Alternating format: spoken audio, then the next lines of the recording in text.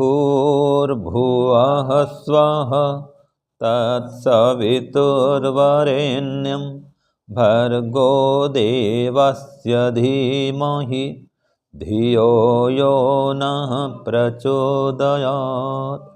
हे ईश्वर, हम यह पठन पाठन आपको प्राप्त करने और कराने के लिए साधन के रूप में करने जा रहे हैं। इस कर्म को और इसके कर्म फल को भी आपको अर्पित करते हैं। ओम शांति शांति शांति। सबको सादर नमस्ते।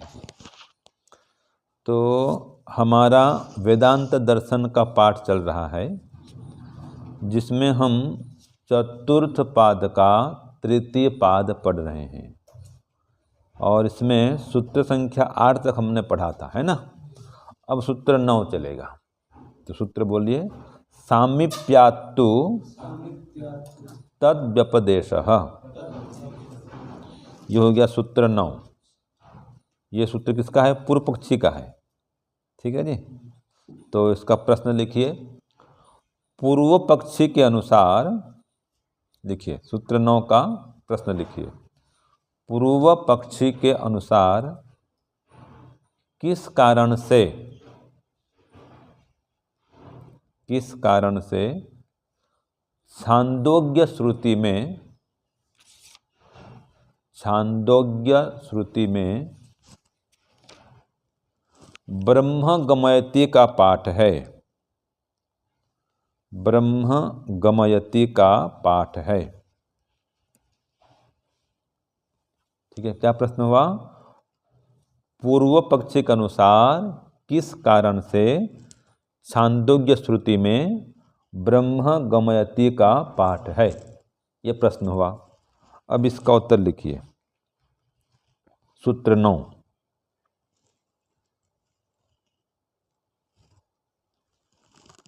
देखिए, पूर्व पक्षी के अनुसार,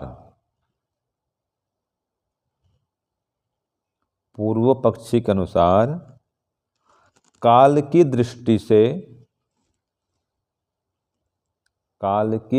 से समीपता होने के कारण,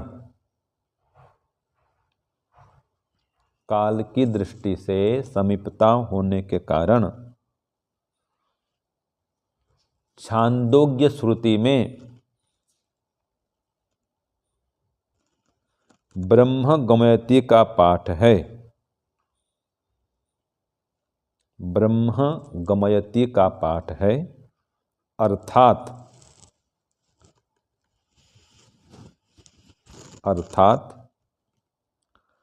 ब्रह्मलोक की प्राप्ति के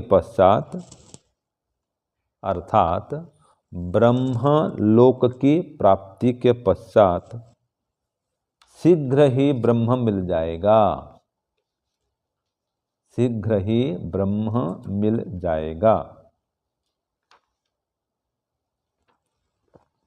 ठीक है जी। ये सूत्र का अर्थ हुआ। अब देखो, यही भाष्य में भी कहा है जी कि अत्र समीप्यम काल दृष्टया। यहाँ जो बात है ना समीपता की, तो काल की दृष्टि में है, न तो देश दृष्टया। देश माने स्थान की दृष्टि से नहीं। अगर ब्रह्मलोक मिल गया तो शीघ्र ही ब्रह्म मिल जाएगा, ऐसा पूर्व पक्षी कह रहा है। तो अनंतर्यात, समीप होने से, ब्रह्मलोकाय ब्रह्म शब्द से विपदेशः। तो समीप होने से ही ब्रह्मलोक के लिए ब्रह्म शब्द का कथन होता है। विपदेशः कृतः, विपदेश मैंने कथन किया गया है। तो ब्रह्मलोकात् अनंतरम ब्रह्म प्राप्नोति, ये पूर्व पक्षी कहता है कि ब्रह्मलोक प्राप्त करो फिर ब्रह्म मिलेगा। ऐसा कौन कहता है? पूर्व पक्षी कहता है। अब सूत्र 9 तो इतना ही है। आगे सूत्र 10 देखो, ये भी पूर्व पक्षी का है। तो 10 भी, सूत्र 10, 11 ये सब पूर्व पक्षी का है। ठीक है, लिखिए सूत्र बोलिए पहले। स्मृतेश्च।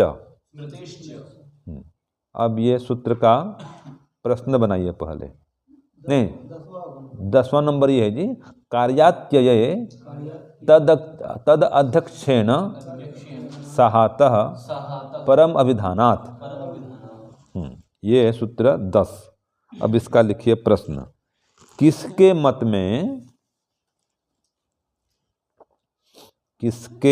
में स्थान विशेष रूपी ब्रह्मलोक को स्थान विशेष रूपी ब्रह्मलोक को पार कर लेने पर उस अध्यक्ष रूपी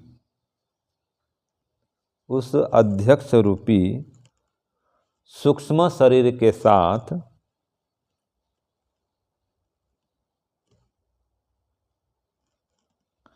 ब्रह्मलोक के पश्चात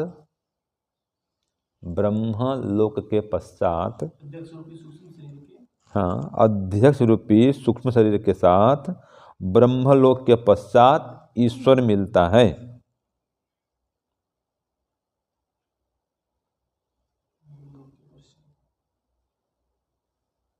ठीक है, ऐसा शास्त्र में कथन होने से, ये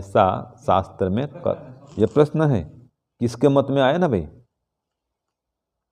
सबसे पहले प्रश्न था किसके मत में, ये कौन कह रहा है, मतलब ये तो प्रश्न क्या हो गया, किसके मत में स्थान विशेष रूपी ब्रह्मलोक को पार कर लेने पर उस अध्यक्ष रूपी सूक्ष्म शरीर के साथ ब्रह्मलोक के पश्चात ईश्वर मिलता है, ऐसा शास्त्र में कथन होने से। तो किसके मत में, उत्तर लिखो पूर्व पक्षी के मत में। हो गया, इतना ही है, बाकी सब उतार दो। उत्तर क्या होगा, पूर्व पक्षी के मत में। बाकी सब प्रश्नों को ऐसे उतार दीजिए, हो गया उत्तर। ठीक है ना जी, ये उतारते रहे ना, भी लिख दो, पूर्व पक्षी मत में कर दो बस, बाकी 2-3 लाइन छोड़ दीजिए। ठीक है, अब देखो यही बात भाष्य में कहा है कि कार्य अत्यजेय, माने कार्य से माने ब्रह्मलोक आख्यस्य अतिक्रमण है। इसको ब्रह्मलोक को क्या कार्य कह रहा है, कार्य पदार्थ है, कार्य पदार्थ में जो उत्पन्न होता है, तो इसका अतिक्रमण करने पर, अतिक्रमण है ये ब्रह्मलोक का अतिक्रमण कर, मन को पार कर जाएंगे। तो ब्रह्मलोक के अतिक्रमण के पश्चात ब्रह्मलोकम अतिक्रम्य, मन उसका अतिक्रमण करके तेन वे अध्यक्षेण, उसी अध्यक्ष से, मानवेन मानसेन तेजसेन सूक्ष्म शरीर का, ये मनुष्य के सूक्ष्म शरीर के साथ में वो ब्रह्मलोकात परम ब्रह्म प्राप्नोति, उस ब्रह्मलोक से परे ब्रह्म को प्राप्त कर लेता है। ये पूर्व पक्षी कह रहा है इसके मत में। ठीक है ना, तथैव अभिधानम प्रतिपादनम अस्ति, ऐसा अभिधान है, प्रतिपादन है कि पुरुषो इति हेतु, इस हेतु से पुरुषो अमानव एनन ब्रह्म गमयति। वही आगे देखो कि उसको अमानव बना करके ब्रह्म को ले जाता है, मानव को अमानव करके ब्रह्मलोक में पहुंचाता है, फिर ब्रह्मलोक को पार करके ब्रह्म मिलता है। ये कौन कह रहा है, पूर्व पक्षी कह रहा है, उसके मत में है। ठीक है, अब सूत्र 11 देखो, ये भी पूर्व पक्षी का है, स्मृतेश्च। हाँ, इसका प्रश्न लिखिए।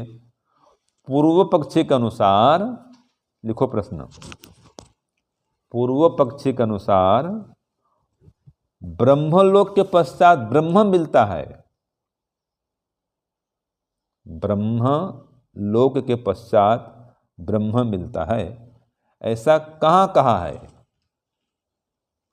ऐसा कहाँ कहा है या कहाँ कहा गया है।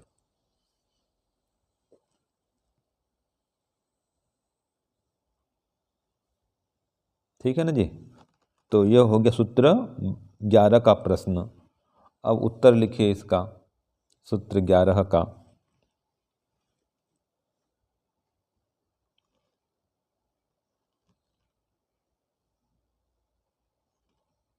लिखिए। हाँ, तो देखिए पूर्व पक्षी के अनुसार, पूर्व पक्षी के अनुसार ब्रह्मलोक के पश्चात ब्रह्म मिलता है, ब्रह्मलोक के पश्चात ब्रह्म मिलता है, ऐसा स्मृतियों में कहा गया है या कहा है, ऐसा स्मृतियों में कहा है या कहा गया है।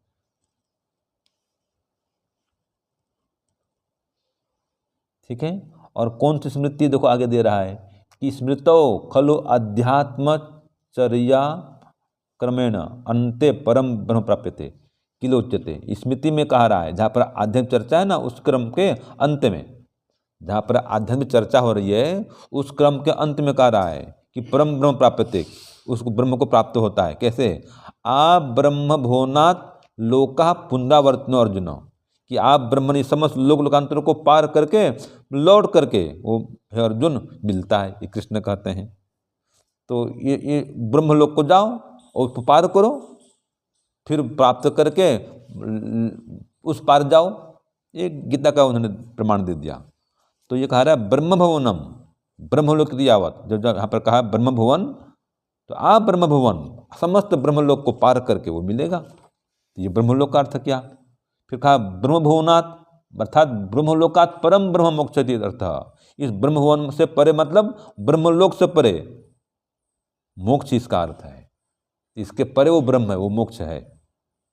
तो यहाँ पर कहा देखो, परस्य अन्ते कृतात्मनः प्रविशन्ति परम पदम, इस परम लोक को प्राप्त करके इसके अंत में फिर परम पद में प्रविष्ट होते हैं। इति स्मर्यते, ऐसा स्मरण किया जाता है, ऐसा स्मृति शास्त्र में ऐसा आता है। तो ये पूर्व पक्षी कह रहा है कि पहले ब्रह्मलोक को प्राप्त करो, उसके बाद ब्रह्म मिलेगा। ये सभी सूत्रों का यही सार है। तो सूत्र 9 में, 10 में, 11 में यही कहा गया है। अब इसका उत्तर देगा सूत्र 12। ठीक है, हाँ जी, सूत्र 12 पढ़िए। परम जैमिनी मुख्यत्वात्, अब इसका प्रश्न लिखिए। आचार्य जैमिनी के मत में, आचार्य जैमिनी के मत में ब्रह्म शब्द से क्या अर्थ लेना उचित है? आचार्य जैमिनी के मत में ब्रह्म शब्द से क्या अर्थ लेना उचित है? उचित है, हाँ।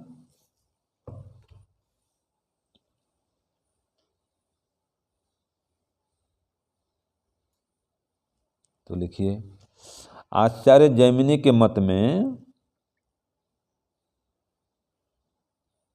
आचार्य जैमिनी के मत में ब्रह्म शब्द से ईश्वर अर्थ लेना ही उचित है। बहुत सरल है।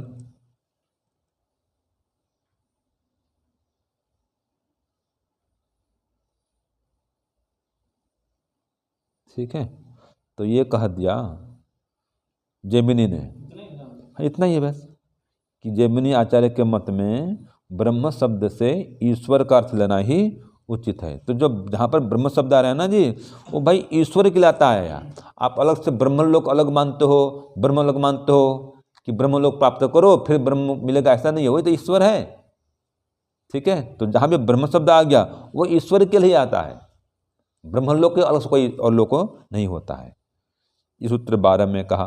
अब छोटा सूत्र 13 भी लिख लो, बोलो। दर्शनाच्च, देखिए प्रश्न, ब्रह्म शब्द का अर्थ ईश्वर ही क्यों लेना चाहिए? ये संबंधित है ना भाई, जुड़ा हुआ प्रश्न है। ब्रह्म शब्द का अर्थ ईश्वर ही क्यों लेना चाहिए?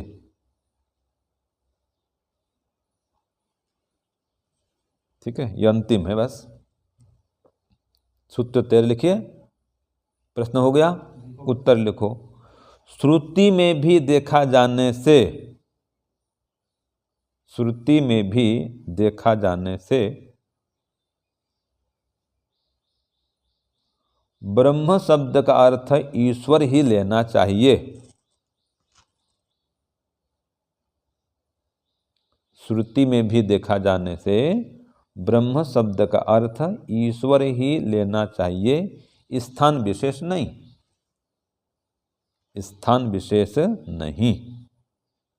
तो ये आपका भाष्य, नहीं, सूत्र का अर्थ पूरा हो गया 13 का। ठीक है, तो देखो यहाँ जो बार बार पूर्व पक्षी कह रहा ना कि आप पहले ब्रह्मलोक में जाओ फिर ब्रह्म मिलेगा, भाई को ब्रह्मलोक अलग थोड़ा है, ब्रह्म अलग थोड़ा है, एक ही बात दोनों। तो ये कह रहा है कि श्रुति में भी ऐसा देखा जाता है।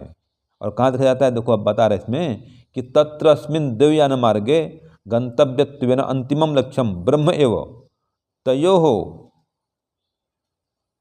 तयोर्ध्वम, हाँ, आयन अमृतत्वम इति, कि जो गंतव्य है वो हमारा ब्रह्म है। ठीक है,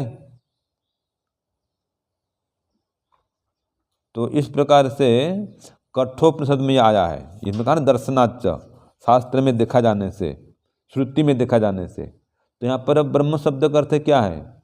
ईश्वर है, कि अमृतत्वम गमने, जो अमृतत्व गमन करेंगे। अमृतत्व में तो कहा दिया ना भाई, तो अमृतत्व कौन है? तो कहा परम ब्रह्म, वो परम ब्रह्म वही तो है, अमृतत्व है। न कार्य ब्रह्मलोकाख्यम, कोई कार्य नामक ब्रह्मलोक नहीं है। कार्य माने कोई स्थान विशेष। तो स एनान ब्रह्म गमयति, तो जो कह रहा है कि वो इसको ब्रह्म को ब्रह्मलोक ले जाता है, इसका मतलब ब्रह्म ही है, ब्रह्म की प्राप्ति कराता है। ब्रह्मलोक कोई अलग नहीं है और ब्रह्म कोई अलग नहीं है, यही इसका सार निकलता है। तो आपका ये सूत्र कौन सा हो गया? हाँ, ये 13 हो गया। ठीक है, तो चतुर्थ बाद के सूत्र 13 तक हमने ये लिखा है, पढ़ा है। ओम शांति शांति शांति, सर्वेभ्यो नमः। सबको सादर नमस्ते जी।